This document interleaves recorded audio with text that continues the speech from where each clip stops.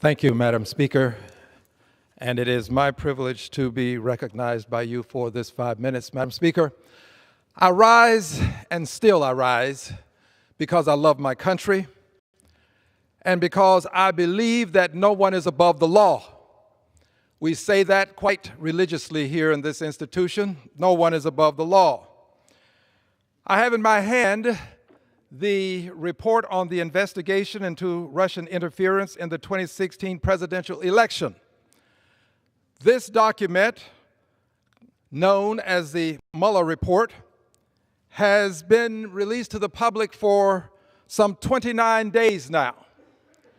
Since its release, we have had many persons, many of whom are members of this august body, to say that they have concluded that the president has committed impeachable acts.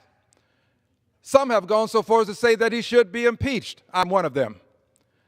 We've also had hundreds of lawyers, many of whom are prosecutors and former prosecutors, to say that if anyone else committed the offenses outlined in this document, the Mueller report, that person would be arrested and prosecuted.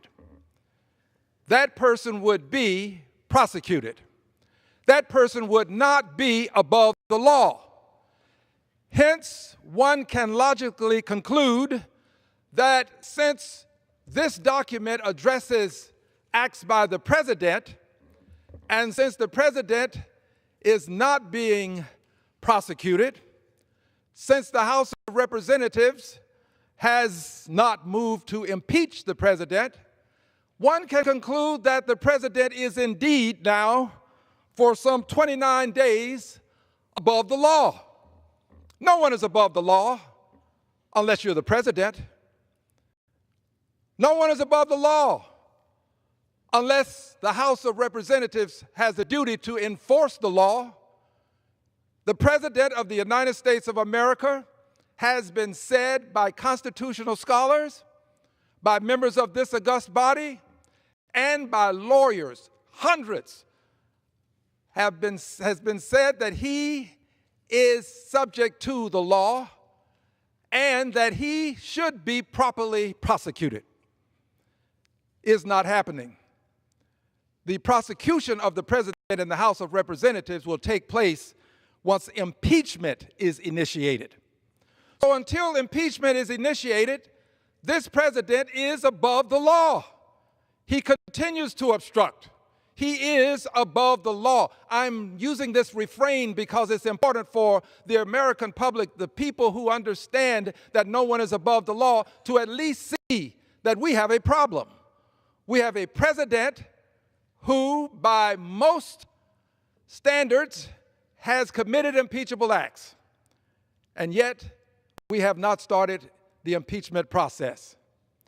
If the president is not impeached, one of two things will happen. One, he won't be impeached, or two, the Congress of the United States of America will become a toothless paper tiger, not only as it relates to this president, but also as this is related to future presidents. We cannot allow the perception of the Congress to be toothless when it comes to our constitutional responsibilities to exist.